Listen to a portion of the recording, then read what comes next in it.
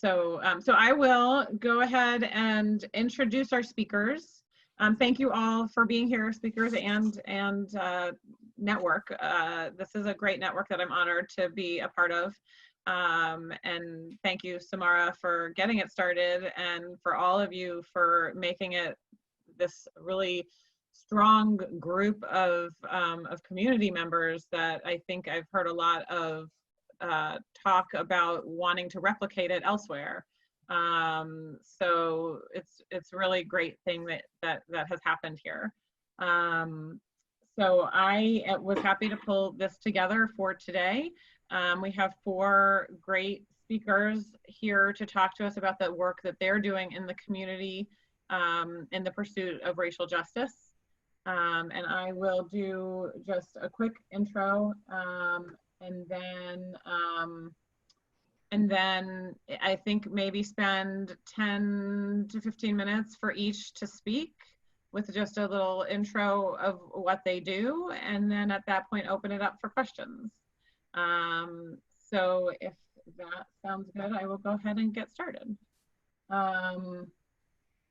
So we have Sarah Novick, who is here from Jews United for Justice. And she has been with the organization, I believe, for about 10 years. Am I right about that? Or am I mixing? 5 years, okay. Thank you. So she's held a couple of different positions, but right now she is in charge of the DC Advocacy. And she's going to talk to us about the work that they do primarily in DC, I think also in Maryland.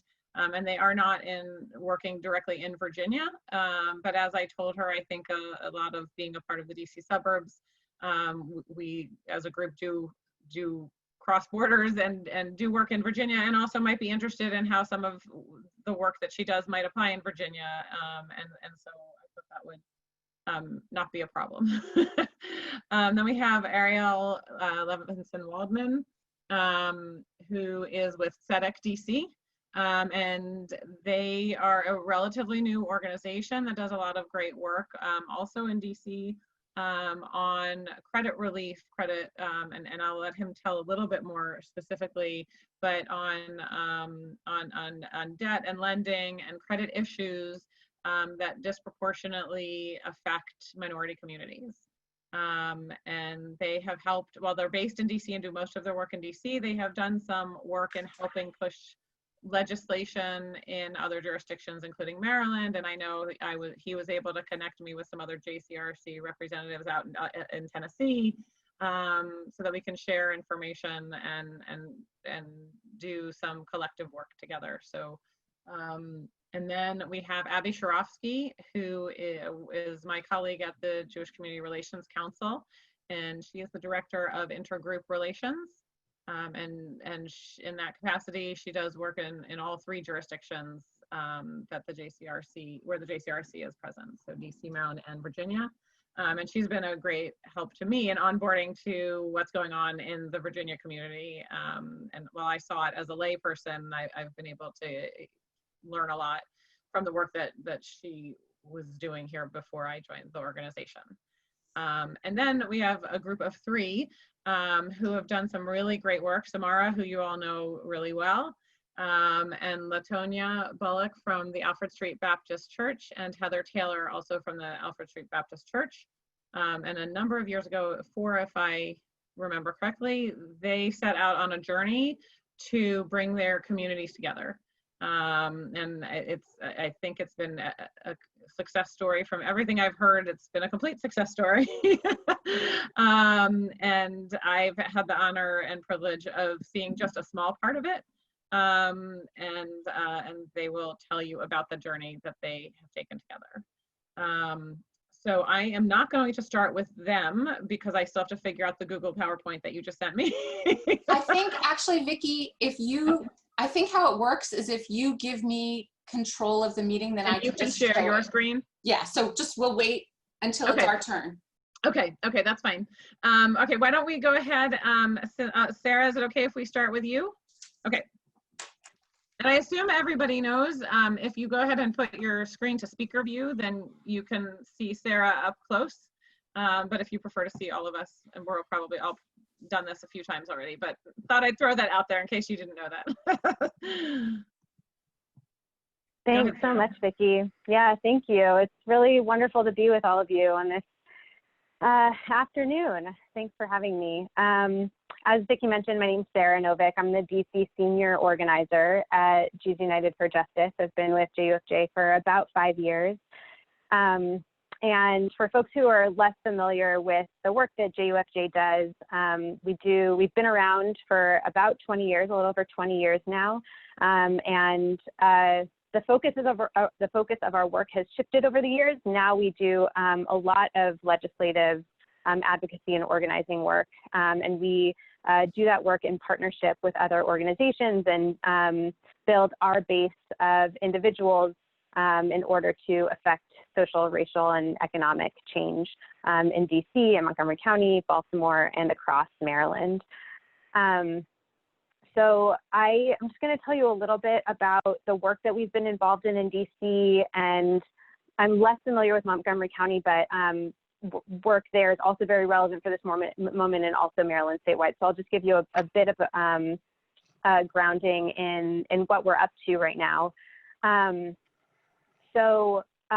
Before this moment of like reckoning with policing and white supremacy and racism, we were in the middle of figuring out how to respond to the effects of COVID, and we got much more involved in the budget fight in DC than we had anticipated before. We had a number of bills that we wanted funding in the budget, but because of COVID, it became clear that our advocacy and our organizing could be really impactful. So as part of our budget work, we have particular policing asks.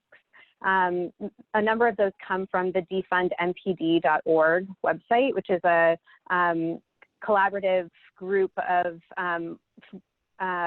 groups and organizations in DC that are calling for a removal of funds from the Metropolitan Police Department in DC, specifically rejecting an increase that the mayor proposed in her budget, and instead investing that money in community safety and other community resources, including an expansion of community-led violence interruption programs that are separate from law enforcement.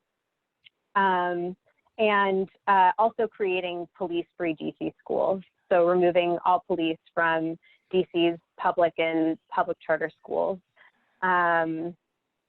So those are the police-specific asks.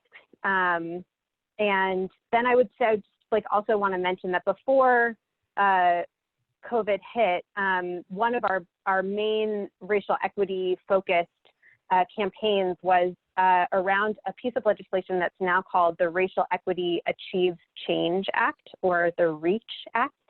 And that is to do a number of things. A major part of that is to implement racial equity impact assessments on the DC Council side of things. So having proposed legislation go through an assessment process so it can be anticipated what kind of impact any piece of legislation may have on communities of color.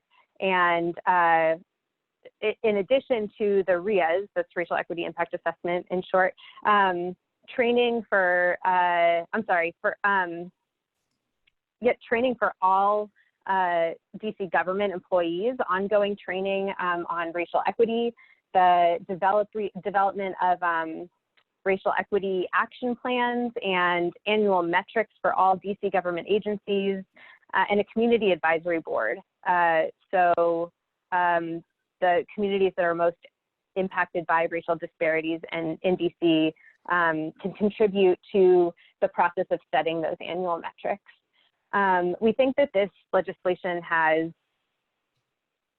like really, it's like not clear what kind of impact it can really have on the system, and how we can attempt to, redirect centuries of systemic racism and structural racism that government policies have enacted. So we're really, and that just got funded. There was money found in the budget. The budget hasn't passed yet. It will. The first vote is in a couple weeks, but we're hopeful that that is headed in a good direction. And then in Montgomery County, we do a lot, and I'm less familiar with this, so I'm just going to tell you a bit of what I know. We do a lot of education work, specifically about white supremacy and white privilege, in order to heighten our awareness of the history and legacy of systemic racism. So we co-sponsor educational programming on racial justice issues, discussion groups, workshops, film screenings, things like that. We do the same in DC. And then we're also part of a coalition of neighbors and grassroots organizations working to hold the police accountable in Montgomery County. That work happened because of the killing of Robert White, who is a Black resident of Silver Spring who was out for a walk in his own neighborhood when he was confronted by and then killed by a police officer. So we are working with and advocating for changes in police policies and practices there. And then we're also part of a group supporting a civilian policing advisory commission. And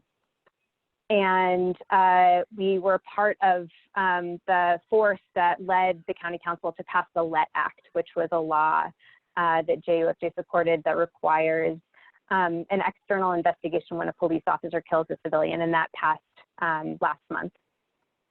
And then Maryland statewide, we're part of a 60-member group, 60 other organizations to demand 5 things that state legislators commit to passing 5 police reforms, including the repeal of the Law Enforcement Officers' Bill of Rights, which I know very little about, but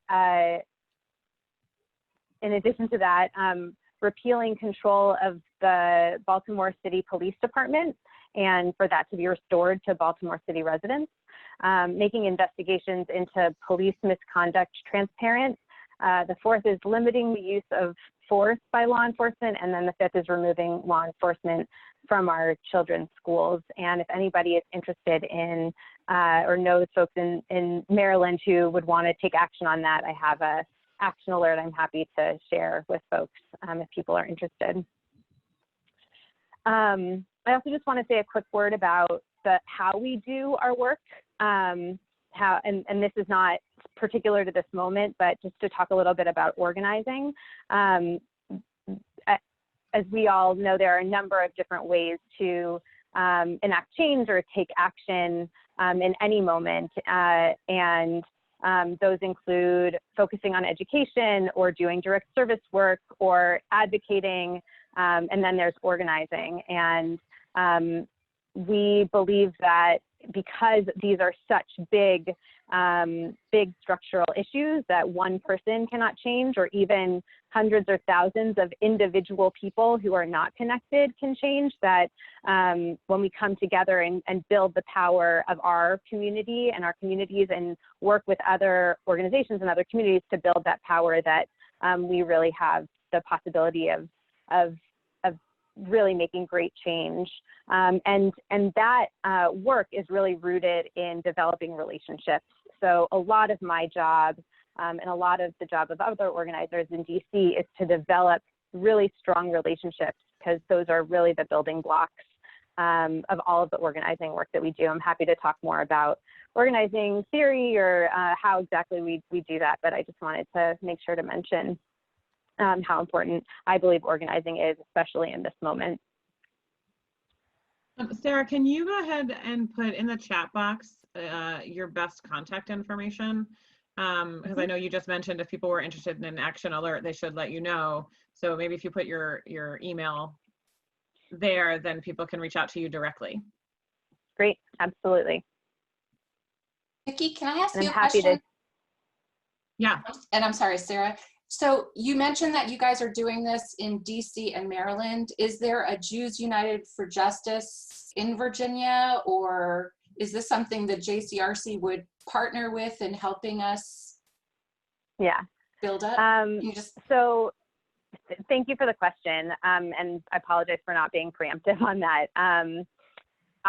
So JUFJ does not have a chapter or do work directly in Virginia or Northern Virginia at all. We have definitely talked about the idea in the past and used to do the occasional piece of work there. My direct supervisor's first small project, for example, at JUFJ 9 or 10 years ago was around hotel worker unionization in Virginia. I don't know exactly where, but really it's largely about capacity. And even in 2015, it was actually in our strategic plan to expand into Virginia, but then we developed C4 that allowed us to get involved in candidate political electoral work, and then we got involved in the paid family leave campaign in DC, and those things really occupied our time and capacity and staff resources. And so that didn't happen, but so it really is a capacity issue. I could talk more, but that's really the underlying reason why that still is not true, or that hasn't happened for us. Wait, am I on mute? I'm sorry. I've lost my picture, so I don't know. You are not. You can hear me. Okay. Okay. Great. And I would say, in terms of JCRC helping get a Jews United for Justice started in Northern Virginia, our policies are not actually exactly overlapping. I think we definitely have similar topics that we cover. And I think where we are similar is that we do, what Sarah said about building relationships. I think that's really crucial across the board to any kind of advocacy work. And it's building relationship with those that you agree with and those who you don't always agree with. So I think JCRC is definitely doing a lot of work in Northern Virginia. And some of it is stuff that a Jews United for Justice chapter would support, and we would be in coalition. And there are places where we would diverge in different directions. I'm sorry to jump in, but I guess maybe this is a question for Abby or Gila. So the 5 policies that the Jews United for Justice are advocating for about police reform in Maryland, is the JCRC, are we kind of looking at those same 5 as potential issues here? Yeah, I can look at, I can, first of all, 2 different jurisdictions with 2 different sets of proposals, 2 different, completely 2 different worlds in terms of where they are right now in terms of the police reforms that have already been enacted. And that's the blessing and challenge of our JCRC that makes us different than other JCRCs around the country, is we have 3 distinct jurisdictions. In Virginia, the Legislative Black Caucus has this past week issued a set of priorities, and we are, and there will be a special session of the legislature. Vicki can amplify that, and I'm sure she will. We will be deeply engaged on that. And I think that that's something to remember about Virginia, is that we have a very deep bench in terms of our legislative advocacy, both locally and in Richmond. We have 2 lobbyists working for us in Richmond. And so our advocacy work is very robust. We also, as you know, have a very close relationship with the current Speaker of the House. And so the laws have been different. In past years, what we have focused on a heck of a lot in Virginia, those of you who have come to our advocacy days, those of you who have been engaged in our advocacy work know that we have focused on suspension of driver's licenses. We have focused on solitary confinement. We have focused on re-entry into the community. We have focused on immigration and refugees, which really implicates the relationship of law enforcement to local grassroots communities. So we have been deeply engaged on those issues, both in coalition and on our own. and we'll continue to be doing that. I will say that we will have more concrete information about the law enforcement reform proposals that will be raised during this special session. We just don't have the information yet, and our lobbyists and Vicki are monitoring it very, very closely. So you will hear about it when we hear about it, and we will absolutely be on it. The other thing I would add is in reference to racial justice, one point that I think is has very much been on my mind in terms of this work is that when people say, oh, what is JCRC doing? Can you talk about that? To a certain extent, we're doing the same work that we've always done every single day, because the racial justice work is so multifaceted and is a marathon, not a sprint. And so, you know, one of the things that we have been working on in Montgomery County, and I would like to expand this into Fairfax and Arlington, is our advocacy for racial equity within the school systems, because we have really been the leading Jewish voice on that in Montgomery County. I think that that is a very critical piece of securing equity in our communities. And I think that we do extensive advocacy in the school systems on behalf of our own families and children related to anti-Semitism and bias, and to religious equity together with the Muslim community. And I think that we have the depth of relationships to really promote that agenda in the public schools. So racial equity, yes, we are focused on criminal justice reform, but there are a wealth of other issues. There's socioeconomic justice, there's education, there's disparities in healthcare. You know, as Sarah was talking about in terms of the impact of the COVID crisis, which is in professional language, a shanda, you know, just a complete outrage. So there's a ton of opportunity out there. And what I would say is that JCRC and JUFJ work very collaboratively in the jurisdictions in which we overlap. We don't mirror each other on every single issue. There are plenty of issues that we both testify on, that we both support, particularly in the immigration realm. And so I think it's a complementary relationship. So I was thinking to use that, Gila, as a segue to Abby, who can continue to talk about what the JCRC is doing. But I think that, Barbara, did you have your hand up? I just had a question for Sarah? For Sarah, for the first speaker, about whether there had ever been any consideration to reaching out to Federation or other funders to expand capacity into Virginia. I mean, I understand that given current resources, it's been a challenge to think about that, but perhaps to go beyond. Sure. Federation has expressed some interest in expanding their social action agenda, and they're interested in working in Virginia because they've discovered the Jews of Virginia. So it might be useful to consider them as an option too. Yeah, thank you. I think if somebody wanted to fund us to work in Virginia, I imagine we would consider it. I was just, as Gila was talking, I was thinking about how Northern Virginia is set up in a slightly different way than DC and Maryland are, which means that our model would need to be adapted some, and we might need a larger staff to cover a similarly sized geographic area. You all know this more than I do, but from what I understand, it's broken up into different towns and counties with different government structures, whereas Montgomery County is, you know, a very big swath of, you know, group of people with the same government. So we can focus on one governing body and get a lot done. So that's, I think it's a capacity issue. It's also just about like how we have focused our attention on, you know, legislative change and wanting to impact a number of people at a time. And so we would have to do some thinking there about how to work around that. But thank you for the idea, Barbara, and the encouragement.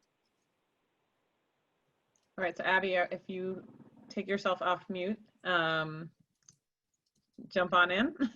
Sure. Thanks, Vicki. Hi, everyone. I had the opportunity to meet many of you back in probably sometime, I think it was in the fall. It was a very, very rainy Sunday out at the JCC in Northern Virginia. And it is very good to be with you today. The weather's a little better, but we have this set up. So you win some, you lose some. So as Vicki said, I'm the Director of Intergroup Relations and the Rabbi in Residence for the JCRC of Greater Washington. My main job is to, as I like to very flippantly say, be the Jewish person at the table, and in spaces that are made up of many different faith groups and many different racial, ethnic, just all walks of everything. I am there representing the Jewish community in the Greater Washington area. One of the nice things about our JCRC, we're one of maybe 2 or 3 tops JCRCs in the country that have this role, someone that's dedicated to intergroup relations and constantly doing the work of making sure that there is a Jewish voice in interfaith conversations, and constantly keeping an eye on what is going on with our different faith partners, and keeping an eye on racial justice and all these issues that we're talking about today.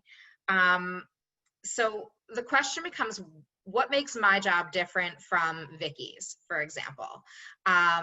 So I'm not doing advocacy. I'm not in the legislative field. I am, my job is to bring a rabbinic voice to so much of this work. And when I meet with my faith leader colleagues, actually this past Friday, I was meeting with the Fairfax County Interfaith and Equity Committee. And I said, we bring prophetic voice, and we're the ones who look deep into our faith traditions and say, this is what we believe and why, and this is why we need to stand up for equity, and why we need to have these hard discussions about race and class and, all of these things that are going on right now that are at the forefront. And how are we understanding this? And how, for me, how am I understanding this through a Jewish lens? And then how are we taking the faith and the moral pieces that we have in our lives, and how are we applying that to moving forward and changing the world? So, the easy questions, things that we just, have as dinner conversation, at least in my house. So what that looks like on an everyday for us, for me at least, is I'm talking with interfaith leadership in Fairfax County, in Montgomery County, in DC. I am also a little bit in Prince George's County in Maryland. I work with FCPS, Fairfax County Public Schools. Like I said, work with other areas of Fairfax County government. I've also become involved with the state level interfaith and equity coalitions and groups within Virginia. I had the honor this past week of sharing a prayer during Governor Northam's Interfaith Prayer Vigil. So it was an extremely powerful hour of just sharing prayer and strength with other colleagues of faith throughout the state of Virginia. Really just such a blessing to be part of it. So what is it that makes JCRC different in all of this work? JUFJ, like Sarah said, and so many people, there are so many groups out there that are getting in there and they're legislating, and they are able to bring the issues up and out there, and the different social action programs are able to really, put these issues at the forefront. So where does my work fit in? What I found JCRC's niche to be in all of this is some people are still timid in how to do anti-racist work. And in the Jewish community, this is hard.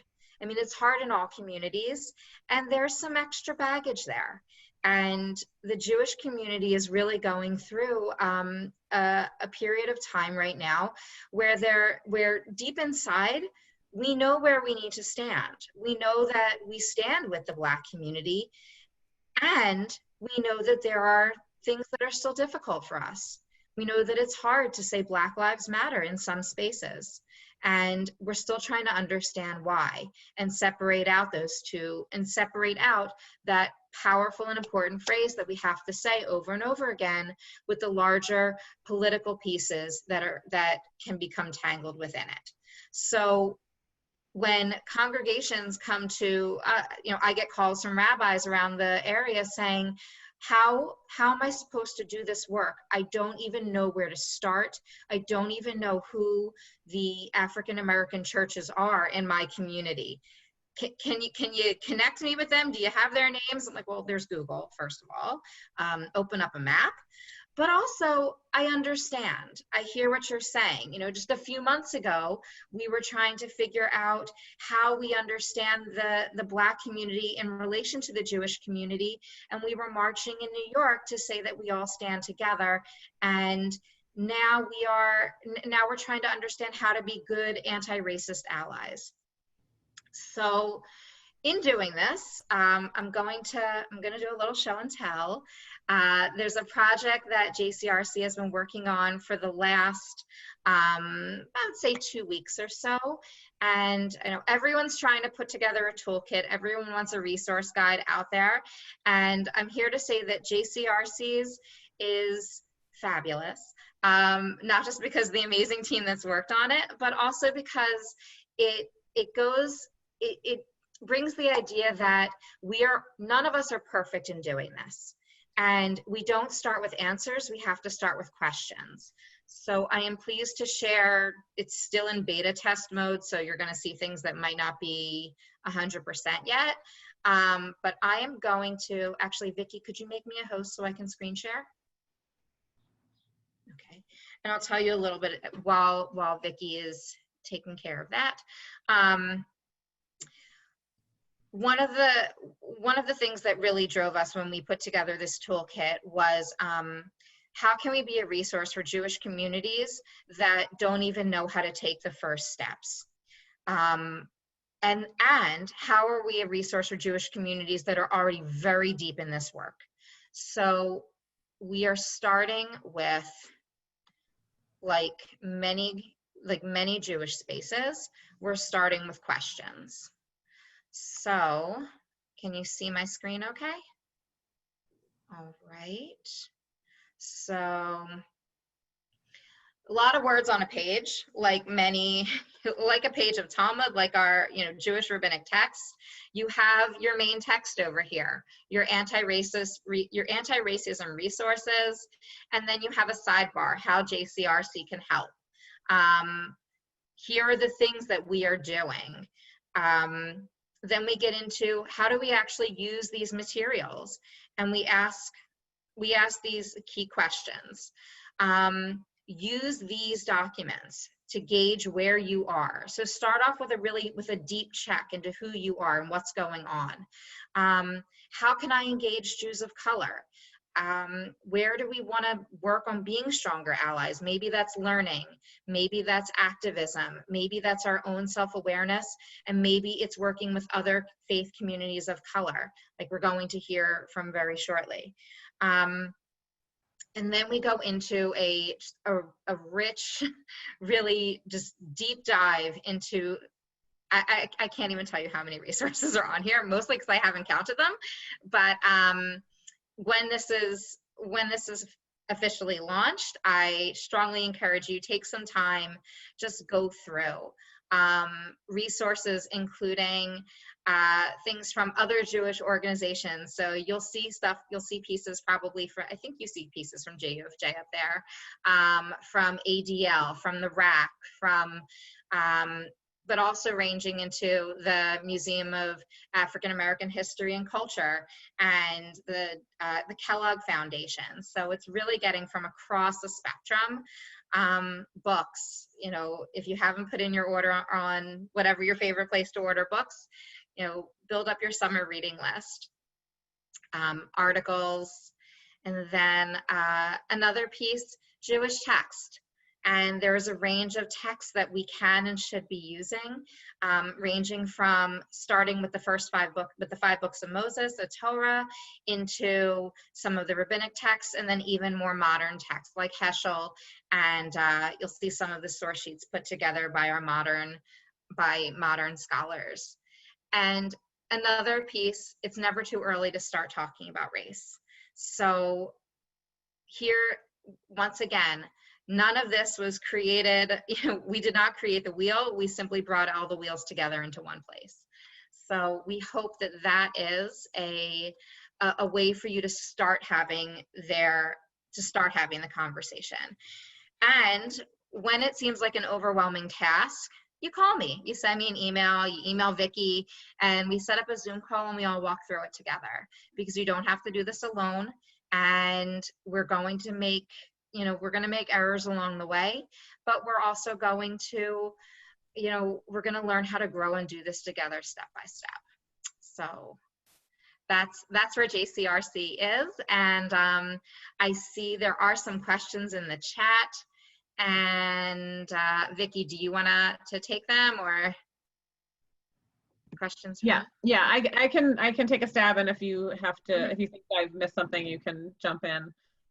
So the question in the chat was, how does JCRC work with the Religious Action Center of Reform Judaism, and then also with Voice, which is a Northern Virginia interfaith group. And I would say that we often are on coalitions with both of them. We have overlapping goals, but we approach it differently at times, and we cover different specifics at times. And so they, you know, I would say that all three do good work. I think RAC is more of a national organization. RAC is the Religious Action Center, more of a national organization, and coming specifically from the perspective of Reform Judaism, whereas we are a pluralistic organization, not affiliated, and we are focused much more locally. As Gila often says in our morning meetings, our local happens to be national very often, but still, you know, we are focused much more on the local jurisdictions and what's happening here. And when it comes to Voice, we do often share perspectives and share work and work in the same direction. We are coming from a Jewish perspective, whereas I think Voice is coming from let me take a step back. We are coming from a Jewish perspective, and we do interfaith work, whereas I think Voice is coming from an interfaith perspective. And there's some nuance in what's the difference there, but we often are working hand in hand for similar results. So I want to respond to the question, are there people of color involved in putting together these resources? So yes, one of the things we're waiting on with this, and why this is still in beta test, is because it has been shared with, it's been shared with some of my colleagues, both in Fairfax County leadership, who's a leader in the Black community, as well as we have a board member who has a very strong voice within the Jews of color community. We're also in conversation with another leading activist writer, Jewish professional, who identifies as a Jew of color, in how we put together all of these pieces and how we have all of these conversations. That's also, you know, in full disclosure, why, at least for me, I did not set out to rewrite anything. There are so many wonderful pieces that are already out there. And, you know, if JCRC is in the business of community relations and making connections and putting everything together and you know, forming all of those bridges, this is a true, you know, hard copy of that.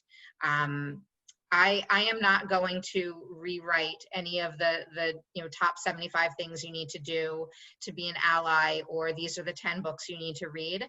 I will simply get them all in one place and help you find your way.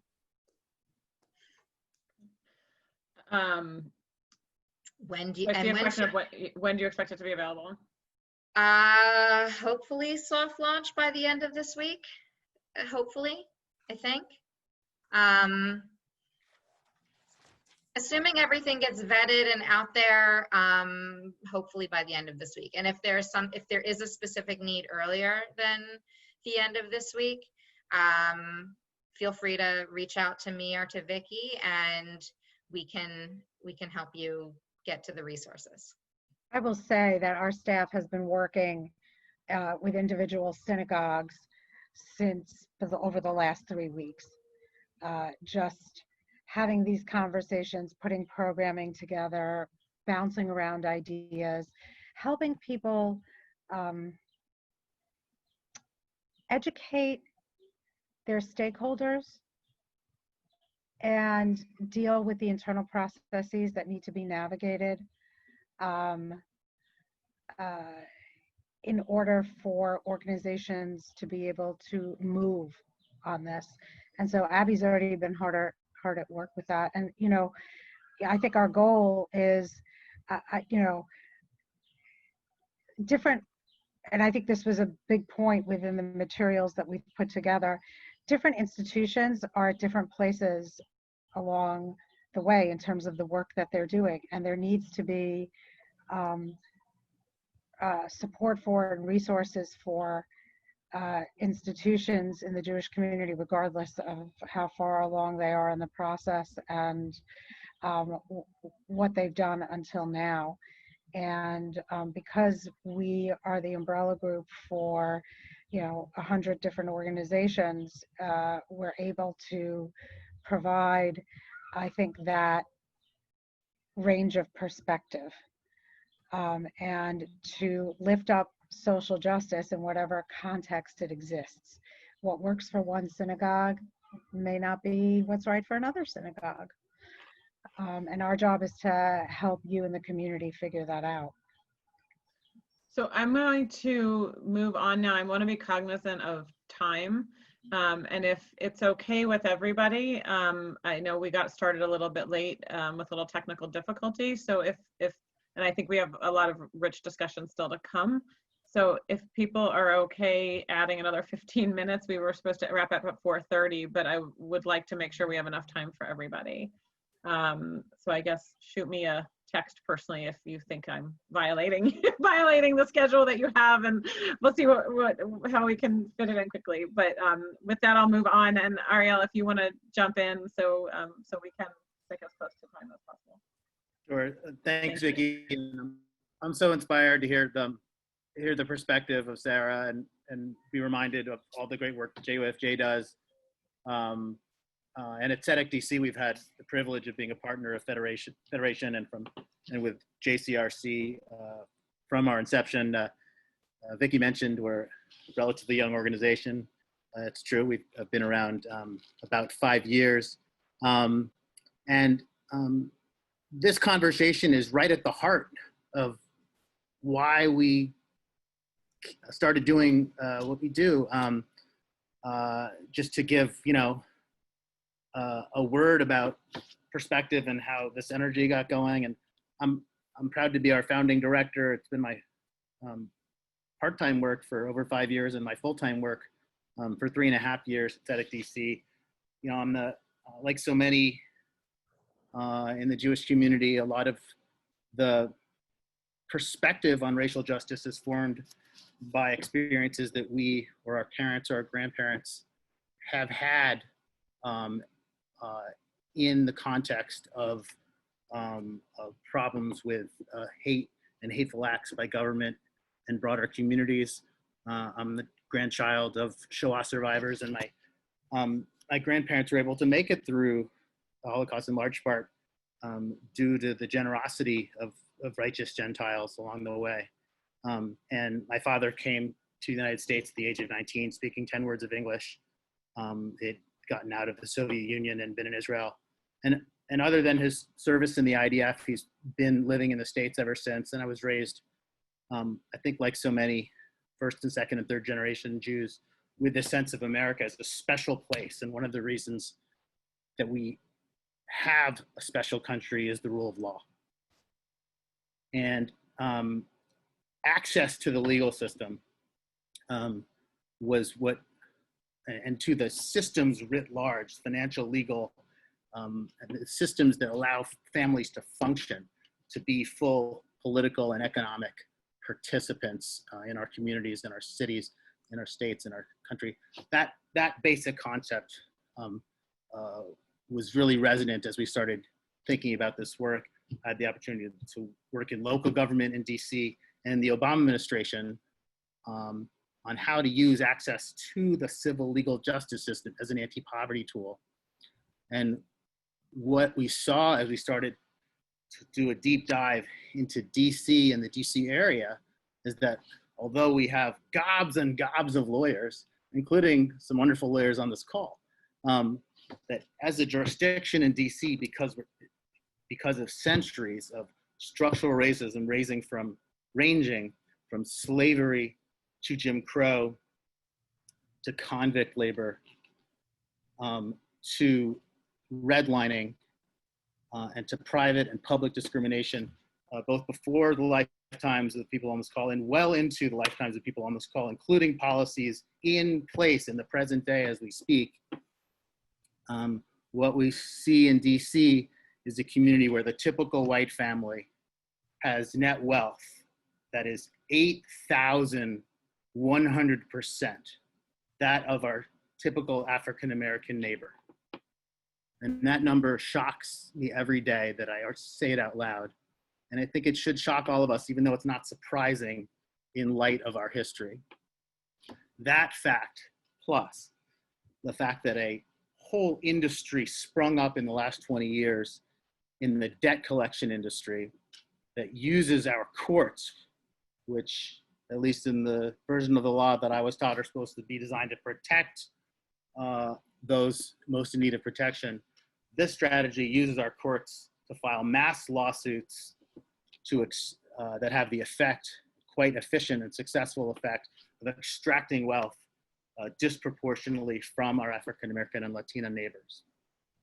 And this is what drove the focus of Tzedek DC, that our mission is on serving DC residents with lower incomes who are facing debt and, as Vicki alluded to, credit-related crises on the way to trying to maintain or begin to get on the ladder towards stability and be full participants in the community for economic, just as important from a political perspective. In support of that mission at Tzedek DC, we're headquartered at the Public Law School, which is an HBU in the District of Columbia, the University of the District of Columbia. We do three things. First, we're a bunch of lawyers. So what do lawyers do? We provide help in the courts. We provide free legal help. We have served in direct services cases, 1,500 families, and we've seen the impact and been able to quantify it. In full cases, we've been able to save our clients an average of $1,868 per case. That corresponds to 3+ weeks of minimum wages at the prevailing minimum wage in DC. We also do a lot of one-on-one credit repair work before litigation, during litigation, and after, when people are in free fall. I want to highlight something which is particular to COVID-19 in this regard. We know that thousands of people disproportionately in our communities of color have become out of work or lost income. We also know that the unemployment insurance system has been a disaster, as the filings have doubled and tripled the rates for just in 2020 for all of what was filed in 2019, and have not caught up with people's incomes. And the billing cycles have now started to turn through March, April, May, June, into July. And so bills are piling up, incomes have fallen or disappeared, and credit reports are at significant risk in the community. And we've seen the beginnings of a tsunami of credit report problems and debt collection problems. And sorry, hold on just one second. Our son Eli has made a visit. The joys of COVID and working from your communal space, right? So in this regard, we have recently been able to obtain a legislative, key systemic legislative reform in the district that creates a right for the first time of anywhere in the country to not have missed payments during COVID count against your credit report. And why is this so important? The credit report, as so many of us know from our own lives, is how you onboard to get into housing, whether it's a mortgage or rental approval, how you get a loan, and how in many cases you get a job. And so we are pushing out, and we'll circulate to this group, a toolkit where DC residents can put up their hand, identify themselves as having suffered COVID-19 credit harm, and get the benefit of that statutory protection, which is just a few days old. I mention that because it just directly affects what's happening in real time on the ground in these services. It's a big part of our push out. So that's the first thing. We do straight up free legal help.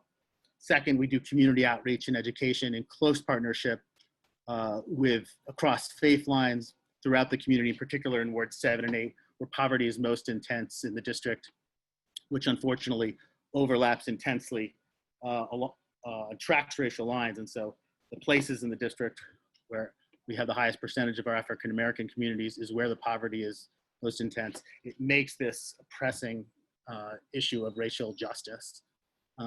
And I want to be, certainly not the first, but also I hope not the last in the Jewish community to say clearly and explicitly Black Lives Matters, and those values need to be articulated. I urge all of us on this call clearly and without ambiguity in this next phase of this shoulder-to-shoulder fight with our neighbors.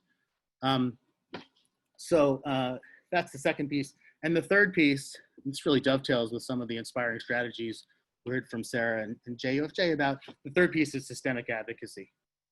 Many of the problems are so deeply rooted and go back so far that they cannot be solved at the retail level, even by the best of lawyers or advocates or creative social workers. They need fundamental change at the population level with different rules. You heard reference from our JCRC colleagues to the driver's license issue. I'll mention that as one example. And that's actually a nice example. We were able to partner with JUFJ and with the JCRC to make some very meaningful reforms in DC between 2010 and 2017. In a jurisdiction of 700,000 people, 126,000 adults had had their driver's license suspended for unpaid debts. And thousands had been arrested for continuing to drive without their driver's license because they need to get to work, to get mom or dad to a medical appointment, to take their kid to childcare, to do life, to participate fully in day-to-day life. And so we were able to achieve that systemic change and driver's license suspension as a punishment for unpaid debts. And there are similar rules, some seemingly very technical around wage garnishment, some about the credit report, all of which have played a big role in creating these disparate outcomes along racial lines and that need fixing as part of the big systemic change. And I think dovetails very, very meaningfully with some of the issues that Sarah mentioned with regards to leave and others through these core economic rights. Those are the three strategies. We proudly do the work Jewishly branded as tzedek from the guidance in the book of Deuteronomy, tzedek, tzedek tirdof, justice, justice shall you, meaning all of us, shall you pursue. And we do it in Virginia. We've had the privilege of working with the Virginia NAACP on some legal and political advocacy on that driver's license issue, which recently had success getting at least a one budget year fix in the Virginia Assembly and signed by the governor. We've had similar advocacy in Maryland, but the focus of our work is in the district. And I'll pause there and just say, again, thank you to our partners at JCRC for organizing this conversation. We've had a chance to talk about this work in Northern Virginia, been able to come to Shabbats at Rodef and Agudas Lachim before, and it's a privilege to be with you all and kind of talk about this from a regional perspective. I'm just going to jump in real quick to piggyback on the work that you were talking about with the evictions and other issues related to COVID, to give a little update on what's going on in Virginia in case people didn't see the news releases at the end of the week, which is that the governor had put a moratorium on evictions during the COVID crisis. And that expires on today. And so there has been concern that that would lead to a crisis, essentially, as suddenly people who were not able to pay their rent during the crisis now become obligated to pay their rent as well as back rent. And late last week, the governor announced a plan that that was set to start tomorrow, a program that will start tomorrow, which will provide funding to pay to landlords to allow for the rent relief to continue. And he has authorized local jurisdictions, local courts to expand the moratorium in their localities as needed. So there is some work that has happened in Virginia on that topic. I think that issue, first of all, it's just a fantastic outcome, and thank you for sharing that. And that issue in Virginia, in the district, in Maryland, nationally, is going to be so massively difficult and important come fall and into 2021. For example, in DC, we were able to, in coalition with a broad range of groups, we were able to get an emergency fix that froze the debt collection system, essentially during the public health emergency period. And so no new debt collection lawsuits, no wage garnishments, no loss of homes through a foreclosure, no evictions. All of those are good and wonderful, important things. Those emergency legislative victories are all about to expire, the latest of them on September 22nd, right around the high holidays, which has some resonance. And so what we are anticipating, absent some massive systemic intervention, which there doesn't seem to be around the corner, is a huge amount of need for front-end investment of dollars along the lines of what Vicki mentioned, and then also just massive support needs for families who are going to be experiencing housing and therefore related food and life insecurity. We are recruiting, we have 106 volunteer lawyers and non-lawyers at Tzedek DC as part of our energy, and we anticipate a doubling at least of the need come fall, and are looking to recruit and hold training sessions in the second half of the summer to further build up capacity for this tsunami that's coming down the pike. We know from the last recession, for example, that culminated in 2009, that seriously delinquent accounts went up over 84%. And I think we project that or a worse outcome. And why is it part of this conversation?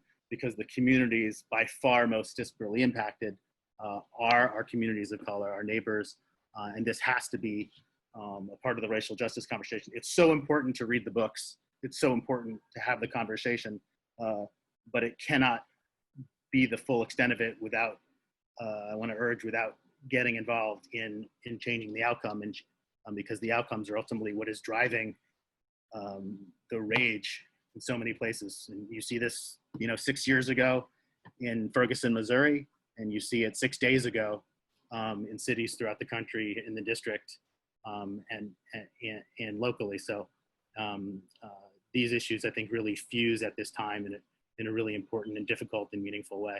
So I appreciate this. Yeah, I will add that JCRC is involved on the evictions issue in all 3 jurisdictions. I know JUFJ is very involved in Montgomery County as well. And we were involved in it very deeply from the get-go of the crisis in terms of even the protections, even the protections that were extended from evictions really had a glaring loophole, which is that you needed a lease. And for undocumented immigrants and other low-income people, very often they have informal rental situations, and they were absolutely going to be evicted at the height of the crisis. And so the Montgomery County Council created a $2 million fund to offset that and to prevent people from being rendered homeless at that time. And you know, the thing that Ariel is saying about how this has to be a combination of the education and the awareness and the reckoning with the hardcore, you know, hitting the pavement in terms of advocacy. I can't, you know, emphasize enough. I mean, and we have issued statements. We issued a statement immediately. There was a suspect arrest in Fairfax County that involved the use of a taser, and we immediately issued a statement.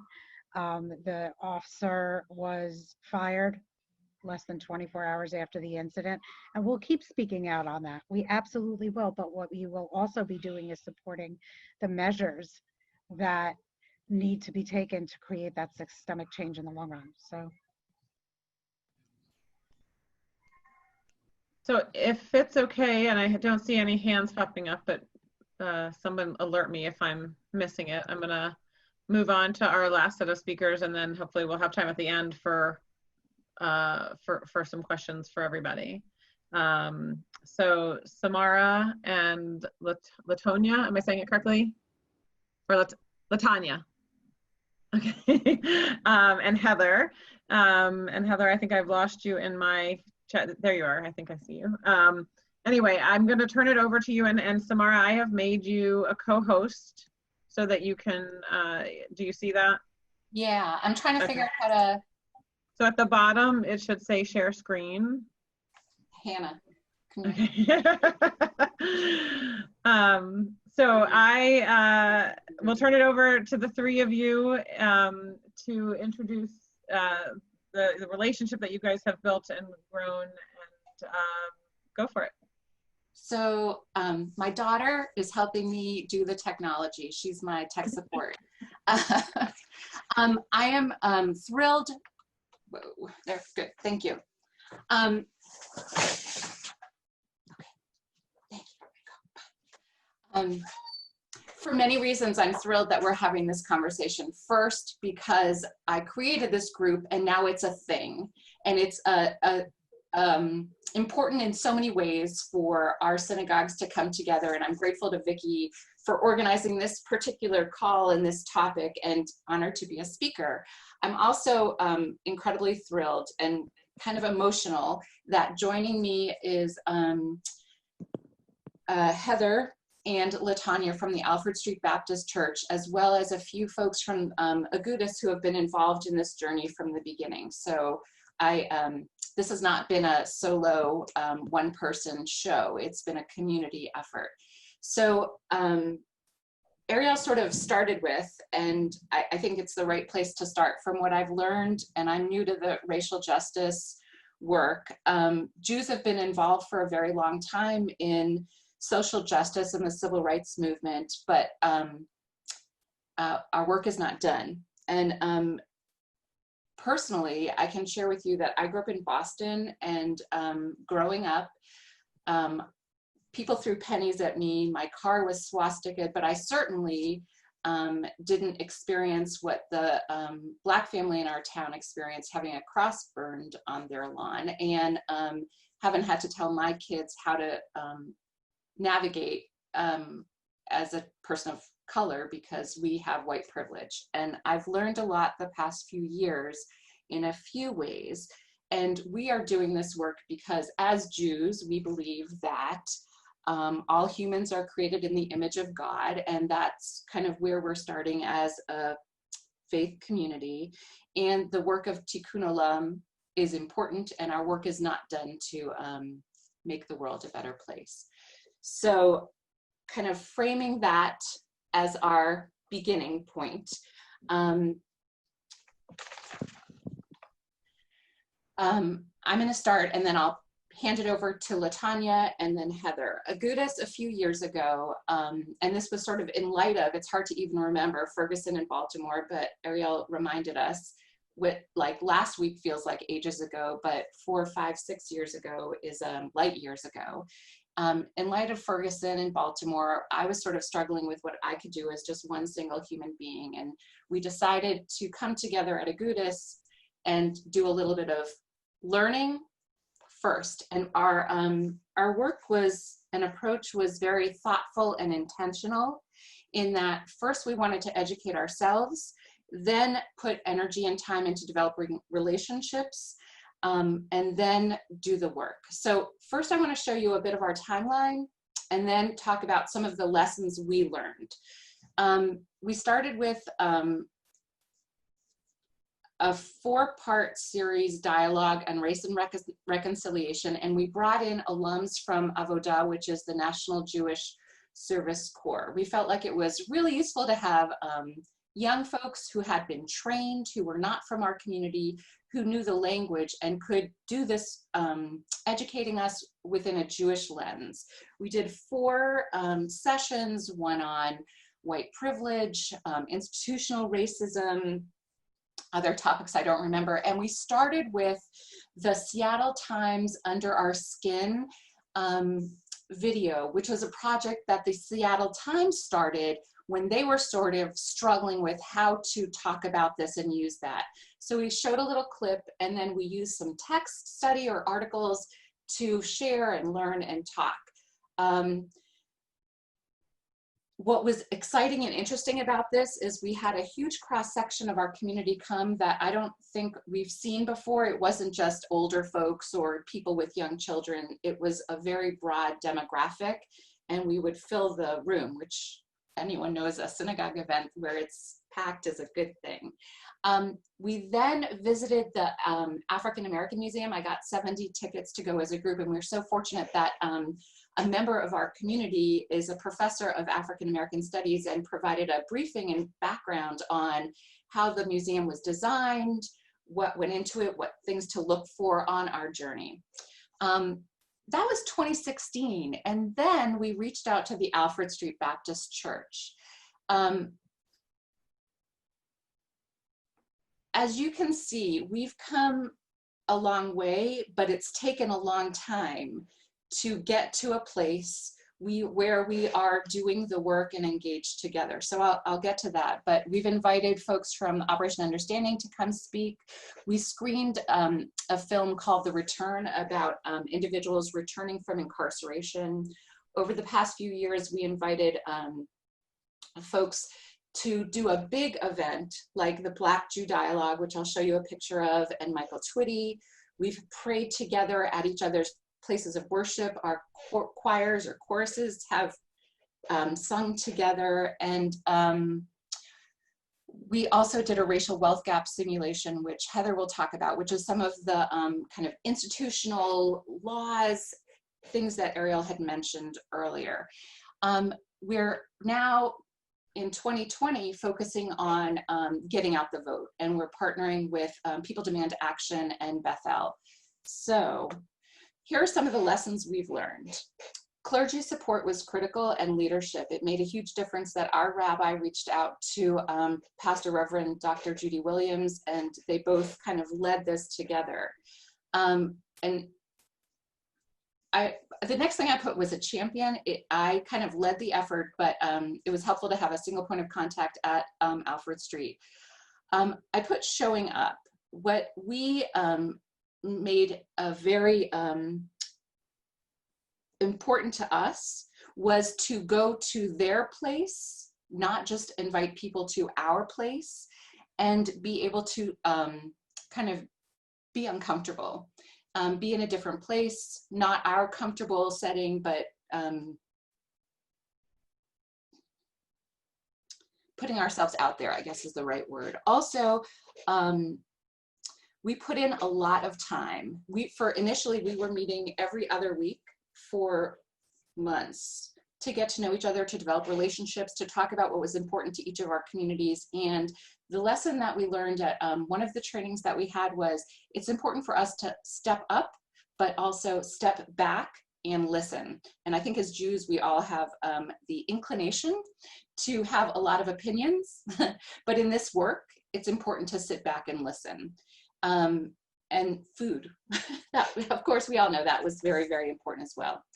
I'm going to share with you 2 pictures of some of the big events we did that brought in kind of 100 or 200 people to approach this at our broader community. So we brought the Black Jew Dialog, which is sort of a comic exposure to the culture clash, I guess you could say, led by Dialogues on Diversity.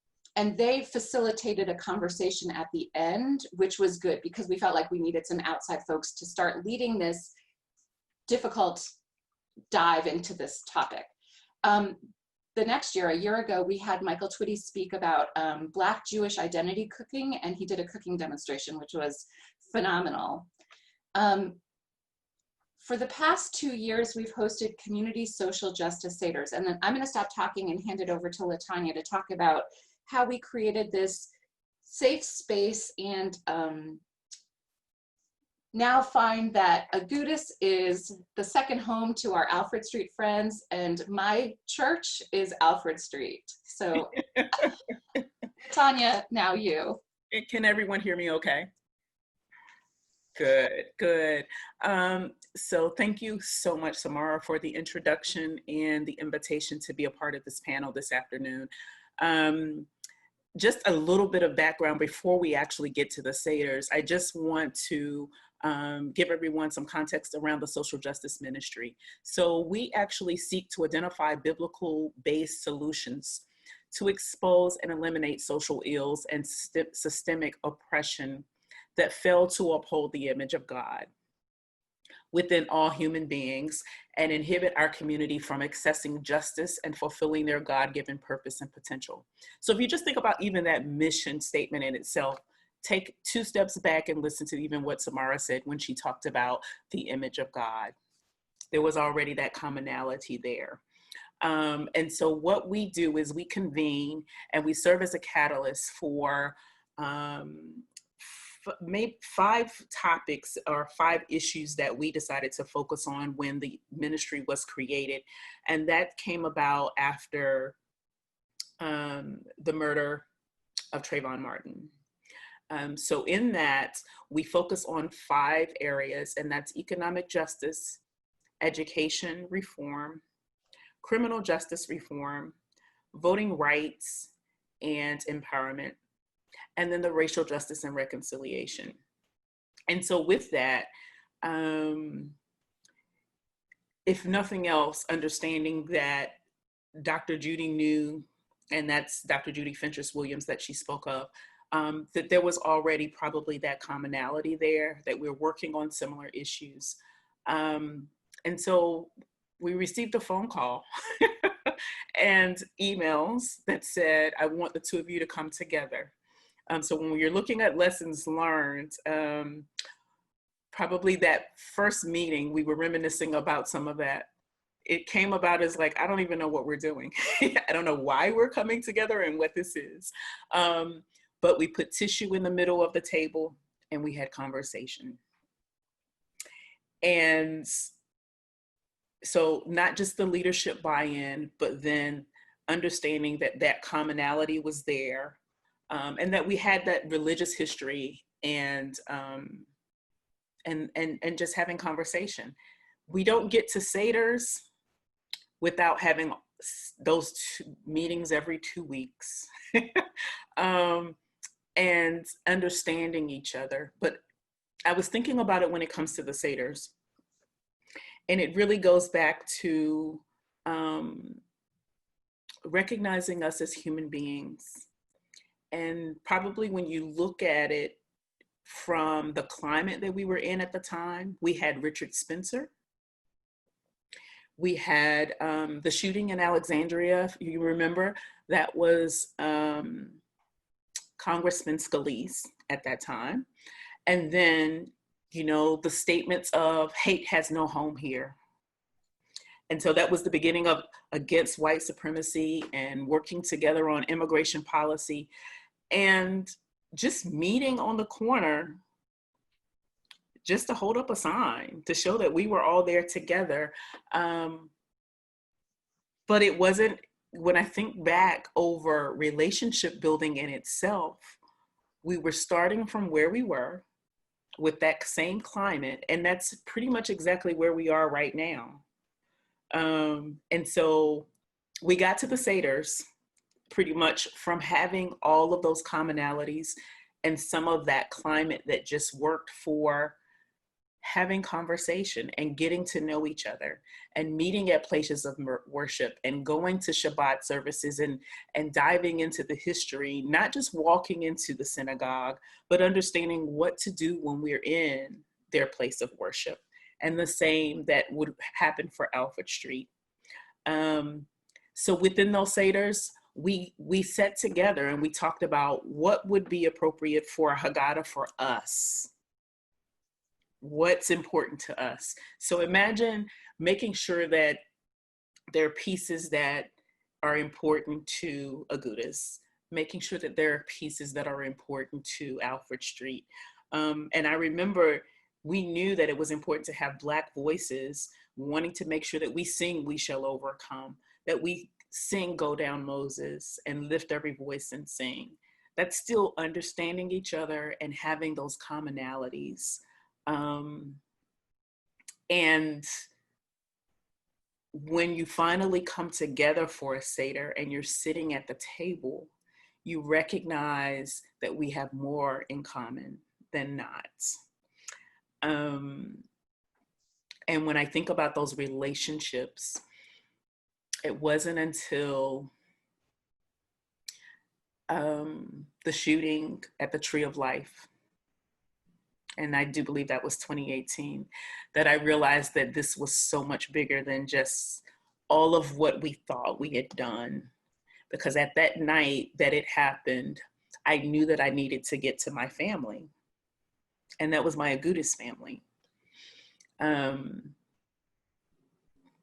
did not know what to say, but I knew I already shared everything here because of the work we had done and because of the human relationship we had created together. And I think that's the slide pretty much, but understand that even in the climate that we're in today, it's important to have courageous conversations and to do the work. And it may not look easy or feel easy. I think one of the things that the rabbi reminded us of is we want to be here, and I'm paraphrasing, but we want to be here for each other now so that we can be prepared and be there for each other in those moments that may be difficult. And even in the good times as well. So in sharing each other's space and worshiping together and having those being able to visit each other's church home, we get to this place now of marching together, convening and having courageous conversation. And I do believe that Heather will talk about that work now. Heather? Yes, thank you both. And if I may just touch a little bit on some of what's been said already, but I think it is important to underscore that the conversations that we had in a smaller group initially as leaders of our respective group. And we recognized, I think in the first year or so, that we ourselves were undergoing a journey and that we were going to have to escort essentially our respective communities to go through the same journey that we experienced. So it wasn't a partnership that we developed overnight and now we just introduce our communities and go. but that we ourselves went through our respective journeys, and now our communities would do the same. I think it's good to note too, which probably isn't a mystery to the folks on this Zoom call, but the Seders were important, I believe, theologically as well, because it helped to show how our communities identify, at least to what we might at Alfred Street label as a liberation theology, right? We have an affinity, each of our communities, for the Exodus story. It may mean different things, but certainly we can identify in different ways. And so we started to unearth sensitive areas in each of our communities, but outlining those parallels. And also the fact that it was a Freedom Seder, right, which was started shortly after MLK's death. And we could build on the history between the Black Jewish relationship and how the Freedom Seder got started, to celebrate that together in the anniversary in 2019. And also to begin to see that as we had these events, increasingly we saw that there was close to equal representation, right? So it's probably not it's strange either that when we first had these events, if they were Agudas, the bulk of the participants would be Agudas members, and the opposite would be true if we were hosting events at Alfred Street. But as our relationships began to deepen, and as we made concerted efforts to promote, let's be real, in each of our congregations, that we started to see greater representation and relationship building within our communities. I also, before I transition into courageous conversations, want to say a brief word related to one of the first presentations in terms of reaching out to Black congregations to the extent that they are not readily within one's network, in addition to perhaps Googling, which still might be awkward if there's no one to really facilitate that relationship. But tapping seminary schools in the area is a great place to start. A lot of times leadership and faculty will know which congregations within the community are might be open to building a relationship. And also I have done work, they are based in Baltimore, but with the Institute for Islamic, Christian, and Jewish Communities. And these kinds of institutes are often a good place to start as well, because they may have relationships with Black clergy and faith leaders that you may not have readily available, and it may ease the introduction. So to the extent that that may be helpful, and if you know that already, then thanks for indulging me. But we delve deeply into courageous conversations, because we recognize that as we really get in the trenches, that, again, this theme of relationship, that we have to go deeper. And so one of the things that we conducted was the racial wealth gap simulation. And this is a simulation that was created by Bread for the World, and that's where I work full-time when I'm wearing my work hat as opposed to my volunteer hat through the Alfred Street Social Justice Ministry. And this is a workshop that creates a simulation whereby participants learn more specifically about US policies that have created the structural disparities that we see now that impact primarily communities of color. So this is important, I think, for Black Jewish dialogue, because while we relate, because we experience certain forms of discrimination, because we are both subject to the ills of white supremacist theology, quite frankly, there is a disparity, and particularly when it comes to the wealth gap. So creating an opportunity to talk about this head on, as well as educate our respective communities, because there are varying levels of understanding, even among us educated individuals within both communities. And so we began to lift those layers to educate or re-educate, but also have an opportunity to talk about the real differences, the assumptions that we bring to the table, the biases that we bring to the table. And I think that what is critical for this discussion is that moving forward, now communities are coming in enlightened. I think, of course, I can't speak for my entire community, but I think generally from the Black perspective, now we can embrace our partnership all the more because we know that our partners are coming in not out of pity, not because they simply see the symptoms of racism, but because they understand the underlying causes, because they are enlightened and now compelled to act. And so we can really come together and move forward in addressing these ills. I think we have another slide that highlights a service day that we did where we began to take action. And what I love about this service project, where we partnered not only to provide meals for those who are struggling with food insecurity in our community, which invariably disproportionately impacts communities of color, but we also sent postcards and letters to our members of Congress. So again, coming out of that conversation that focused on systemic ills and legislation that creates the disparities that we see, we not only work together just to do the direct service and provide the meals, but to really get around issues of justice, which our communities both believe in, rally around theologically, socially, and just as good people who want to work together to create a better world. Heather? Yes. I'm going to jump in. In this group, we've talked about upstream and downstream work, and this felt like the nexus of both providing meals, downstream, addressing hunger, but also upstream, the policy issues. Okay, are you? But that pretty much concludes though what I was going to say, because I also want to be mindful of everyone's time and if people have questions. But so let me wrap up with just a few things. So our framework was very purposeful and consciously learning, educating ourselves, conversation and developing relationships, and action. And some of the action Heather talked about. We also, as two communities, attended the We're Orange rally. We went to each other national prayer breakfast, and recently we marched with the Alfred Street Baptist Church. What was it, LaTanya and Heather, 2 weeks ago? A prayer walk for justice, starting at the 2 weeks ago National African American Museum to the Black Lives Matter Plaza, and prayed with the Alfred Street community.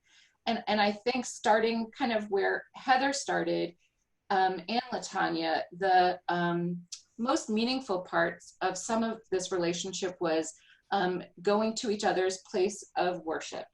So this is a picture of a group of us at Alfred Street 2 years ago, I think. And then we kind of wanted to end this, and Heather, I'll let you read this, if that's okay. Yes. Can you see it? I was going to say, then let me see if I can change my view so that I can actually see it. There we go. Yes, so this is a common quote from Martin Luther King, but we wanted to share it with you. Injustice anywhere is a threat to justice everywhere. And we are caught in an inescapable network of mutuality, tied in a single garment of destiny. Whatever affects one directly affects all indirectly. And I believe that the history of our relationship, as well as the Black-Jewish relationship in this country, which has had challenges as well, but we are able to really capitalize on the strengths in this moment and the power of coming together in the name of the God that we serve to bring about real change in the spiritual and secular realm. Thanks, Heather. Thanks, LaTanya. I just want to let folks know Michael, Quint, Barbara, Elkin, Esther Miller, and Julie Keller are also on from Agudas, we've all put in work, and it's so great to see you all. So Vicki, I don't know if you want to now facilitate if folks have questions, but we could keep going for a really long time. So yeah, I mean, I guess for any of you who are open to it, if you want to go ahead and put your email addresses in the chat, so that if we don't have time to cover people's questions and they want to reach out to you directly, they're there. But I think if people are willing to stay on. Can I suggest that like you share the chat after and people's email addresses with the whole group? Is that okay? The email addresses, I believe I can. The chat, I will do my best. And I imagine if I can't figure it out on the recording, somebody else in our organization can figure it out. So yeah, I think that should be fine. And Barbara, did I see your hand up again? I think that was a no. I was waving when Samara said. Oh, got it. Okay. Okay, great. Yeah, I mean, I think we have a little bit of time beyond, since until we get to our extended time. If people do have questions. I do have a comment, which is that the experience of walking hand in hand with Alfred Street and doing everything we've done together has changed me. And will always be grateful. And has inspired me. And I just think, and it has inspired members of our congregation who you would never have expected to be inspired and come and said, what can I do? This is important. How do I learn? And I just think that it is absolutely one of the most worthwhile things a congregation can do. I think this is a fabulous, and as I put it, it's a fabulous case study. And I'm just wondering how you can take it on tour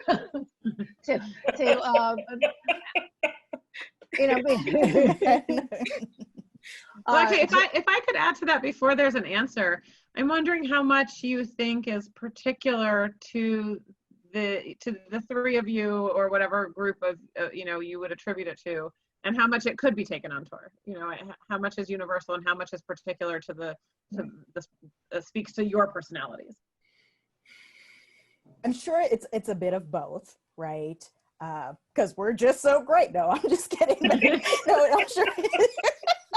No, I'm sure it's a bit of both. But that's one of the reasons why we really wanted to be open about our leadership or picking people somehow strategically in whatever groups you're looking to partner that have already drunk the Kool-Aid, so to speak, right? It's very helpful that Dr. Judy Fentress-Williams was already Hebrew professor, she's already immersed, right? And then working with the rabbi at Agudis, that relationship was already established. So getting that buy-in at the top, right?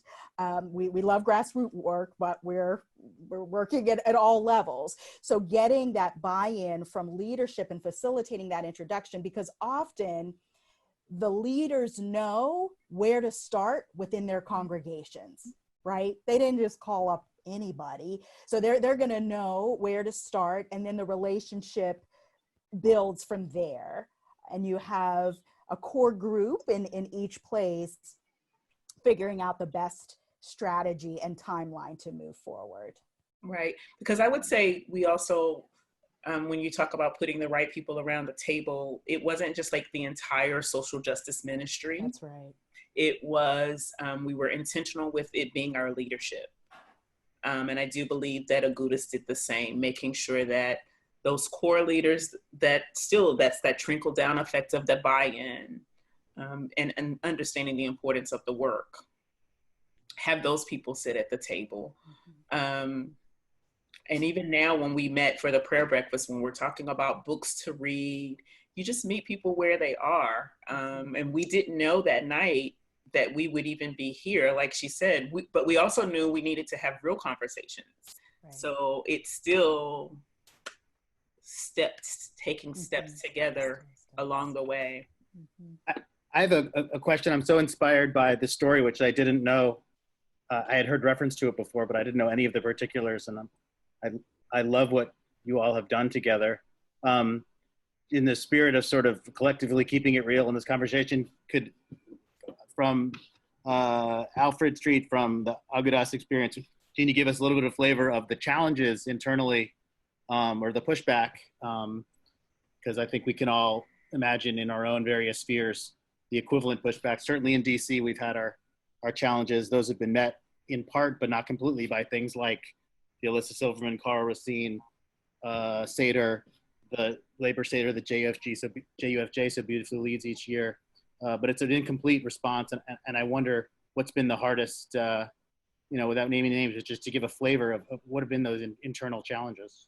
So I'm going to start. This is Samara from Agudas. Agudas is a conservative congregation, which is in a very different place than many Reform congregations who are, I think, way ahead. Karen knows this, and folks from Bethel, as social action as a priority of their movement. They have the RAC, the conservative movement, not there. So that, I think, has been a tension in our community, in that some folks think that Shabbat morning davening is what we're about, and this stuff isn't what we're about. Our rabbi doesn't think that. That's not what he says from the pulpit. But there's been some clear pushback that social action tikkun olam isn't where it's at and what it's about. I think also, we all walk the line carefully about not being political, right? We aren't supposed to be, but some people do view this as political work. Barbara, Michael, Esther, other folks can jump on. I think, that's been the pushback on our side. I have also been told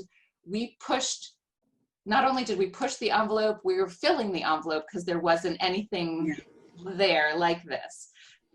So I don't know, sometimes we just did and let the chips fall.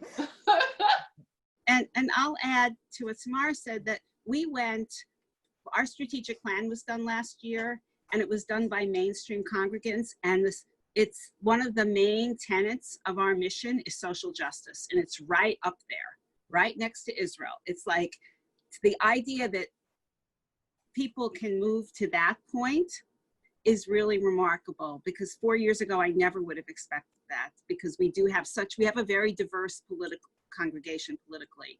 And yet our congregation is our rabbi is signing on to things, and there isn't the sort of timidity that there used to be. And it's more like, if some people object, rather than trying to make everyone happy. And so I see that as change, and it came about because we've done so many things, and people have come. We just keep doing, and they're joining us.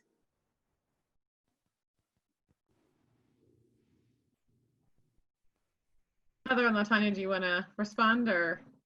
Sure. And then Latanya, of course, please do chime in.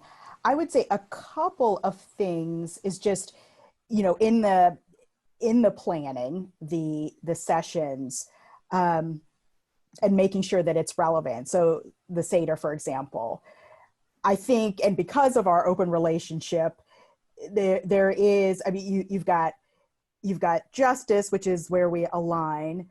You've got racial differences, but then you do have some theological differences, right? And so while there are parallels, I think we had some very hard conversations, right, about what it means to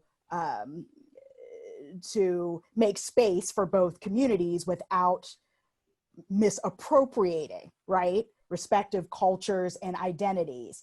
But that's why it takes relationship, and it takes relationship among the leadership to just go ahead and have the real conversations, be open, be honest, figure out how far you can go so that you can do a great job representing both communities and pulling that work back in the places where we serve. I think too, at least for our community, or for the social justice ministry, that it was very important for us to feel like we had representation as we put events together, right? Because in our various spaces, both within and outside the church, the struggle for representation is real. And if this was just another event or experience where it's nice to have the Black people along because we want to do something, but we weren't duly represented in the presentation and in the planning, then it could not be well received by the people that we were representing. So making sure that that was a part of the process, I think, was essential.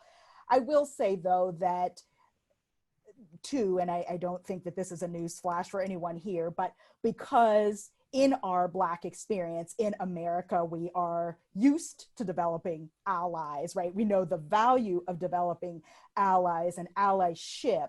So when we did our voting and candidates forum, having partners at the table is a blessing. We know that it can come with some tension and conflict, but it's not foreign to us because we know that this is a huge work. And if we're going to get it done, we have to get it done by working within our community, our larger community. Yep. Thank you. Well, thank you all for participating today. I'm looking at a comment, I'm sorry, that just popped up. I don't know if it needs to be responded to before we go. Yes, a comment on politics from within the synagogue. Yeah, thank you everybody for participating. This has been really wonderful. I learned a lot, and I hope everybody feels that it was worth the extra almost half hour that we stayed on. So thank you for your patience. And I will share. Thank you, Vicki. Thank you. I will learn how to share the chat. And if nothing else, you all have my email from the reminder email, and you can remind me or teach me or ask me for somebody else's email address that I will be happy to share, unless they tell me they don't want it shared. And as Beth said early on, if anyone has qualms about using this video, I did record this. So if anybody has qualms about using any part of it or sharing it, let me know. I don't have any specific plans to do so. But if that concerns you, please reach out to me and let me know. And we certainly don't want to make anybody do anything that would be violative of anybody's sense of privacy. So thank you. And I look forward to continuing conversations with all of you. Thank you so much, Vicki, for facilitating this. I really personally appreciate it. Thank you very much. Glad to. Thank you for the opportunity. So while we're still on, if folks have suggestions for the next call or topic, can we share that with you, Vicki? Yeah, please do. Please do. Shoot me an email and or give me a phone call, either way. And I will be happy to entertain that. And I think Samara shared with me that generally these meetings have been every couple months. So we will look to do that again. I would love a check-in on our voter engagement activities that we had last session to see where things are going. And that'll be right about the right time as well. Great. Thank you. All right, thank you. Enjoy the weekend. Thank you. Thanks, Latanya. You are welcome. You. Love everyone. Thank you. Bye. Bye-bye. Thanks.